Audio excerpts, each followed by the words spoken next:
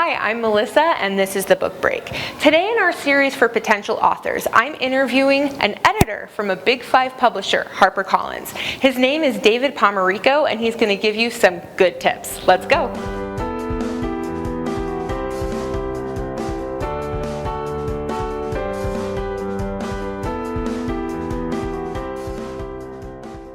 All right, just like I said, I'm here with David Pomerico from HarperCollins. So thank you so much for being here with me, David. Thank you. So I know a lot of our authors or potential authors out there really want to know, what does it take to get in with a Big Five? If I'm a brand new author, what do I need to do?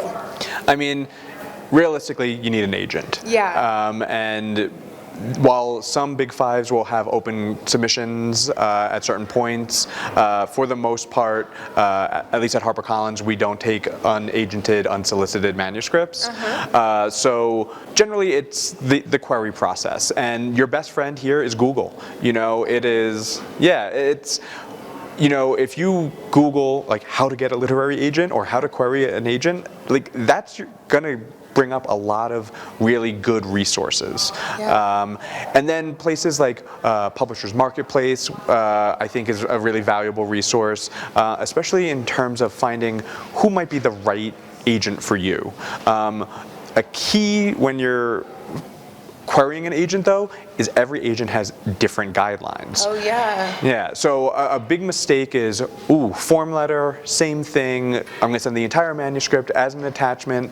Some only want 10 pages, some just want a query, some just want the manuscript without, so you have to make sure that you're following their guidelines and really tailoring it to the specific agent that you want to take a look. The more that you can show that you know what you're talking about in terms of, I think you're the right agent for me because you work with X, Y, and Z authors. And not only are they my favorites, but I feel like I'm writing in a similar category, but maybe not competing with them. Because that's another thing you have to think about too. It's like, oh man, I wrote a book that's like exactly like so-and-so's, epic fantasy. Well, they're like, well, I have that client. Right. That's why you're comparing. That's a really good point, because a lot of people don't think about the competition. Right. That's a great point. And so when you are looking at submissions, do you favor, like for example, do you only look at certain agents, certain agencies, or what about little agents? Because I see a lot at conferences, up and coming agents. Do you look at all of them equally? Yeah, so I mean, realistically, it's very easy to figure out an editor's email address. Yeah. And as long as you're an agent and you are representing an author, I am going to, and it is a submission that is right for me, I'm going to take a look at it. Basically, I put everything into a submission folder, and I try and go in chronological order. So yeah, I do have relationships with agents that I've bought books from before, whose taste I find aligns very well with mine. Yeah. So I might, lean a little bit more towards like, I got to read their stuff first. Yeah. I will also say that there are times when an agent will come back to me. He's like, so just to let you know, like there is a lot of interest on this, other editors. Then I will have to bump that up to the queue because I don't want to miss out on something. Yeah. But my personal policy, and I think a lot of editors' personal policy, is like you're always going to get a response from us. And for me, I like to say, this is what I liked about it, this is what's maybe not working, and yes, the majority of those letters are rejections, but sometimes they are what we call revise and resubmits, where it's like, there's something here, but it's not quite right, and I need to see if the author is willing to work with me. And lots of times that takes the form of, hey, revise your outline based off of my notes and do a new chapter 1 or something like that. Yeah. But it doesn't matter the size of your agency. I will say, I'm going to do my homework too. If I start looking and I feel like, maybe you're from an agency that's charging authors to submit, I'm less inclined to want to work with you because I think you're being a predator. Right, and that's really true. And one of the things that I know I've heard a lot of authors talk about are timelines. So if you or you have an agent, they Yeah. submit it, how long does it typically take for you to get a response out there on average? I would say it's about 3 months on average. If I'm on my game, it can be a little bit shorter. If it's been really busy, like I have a lot of manuscripts that I've signed up that I need to work on and they've all come in, it might be a little bit longer. So right now, for example, I am still looking at some manuscripts from October.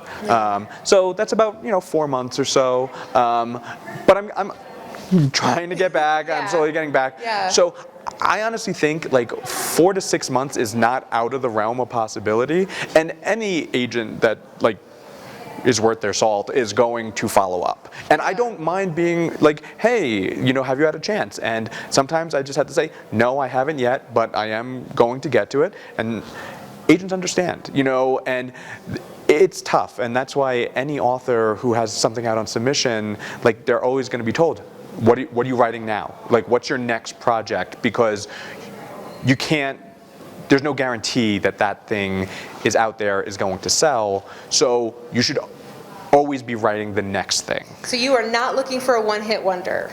No, not at all. We're definitely trying to, yes, we want that thing to hit. But we're also looking to develop, especially in genre, I think, especially if you're a romance or crime or sci-fi or fantasy editor, like you're trying to build series. You're trying to build a character that fans can latch onto and can come back for a book 2 and a book 3. So I think it's very important. Whereas sometimes literary fiction, it's like, hey, you might only have one masterpiece in you. Like we're definitely looking for long-term storytellers. Mm-hmm.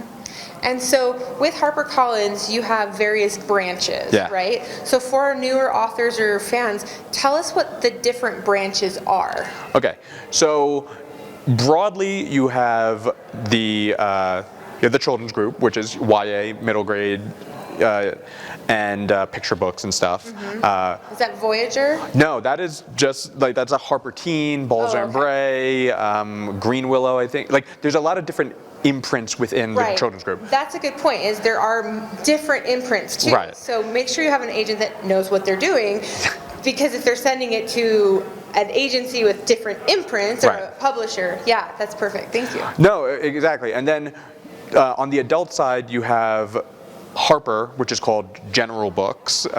And here's the thing, you don't need to know any of this. Like, your agent should definitely know this stuff. I work for, my publisher and president is in charge of the William Morrow Group. And so there is William Morrow, which is an imprint, and they do commercial fiction, and they do, biographies, and they do mysteries and thrillers and all that stuff. And within that group, you also have the Avon, which is romance, so Avon Books, and then you have Harper Voyager, which is where I'm the editorial director, and that's science fiction and fantasy and some horror. Yeah, and so if you could give a tip or two to prospective authors, what would that be? I mean, I think the standard ones of you should be reading voraciously, you should always be reading, it's the key. Like, you're never going to become a better writer if you don't read more.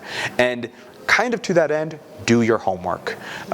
If the more you can, hone your pitch letters and hone your queries, the more you can figure out what makes sense in terms of comparison titles to really help an agent and an editor figure out how to place your book. Like, the more we think, oh, this is somebody who's thought about not just writing the story, but also how to sell the story, because we're a business, absolutely. We love books and we love the arts, but at the end of the day, like, we're also trying to sell the books. Yeah, and so it seems like if you can see an author willing to put forth the work and maybe help in their own marketing, that's a good thing.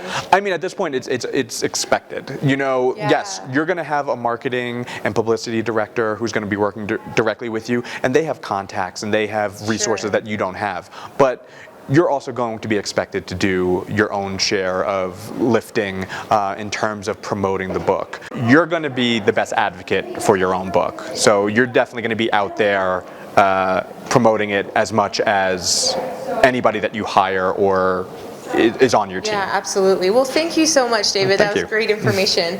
And thank you for joining us on the book break. We'll see you next time.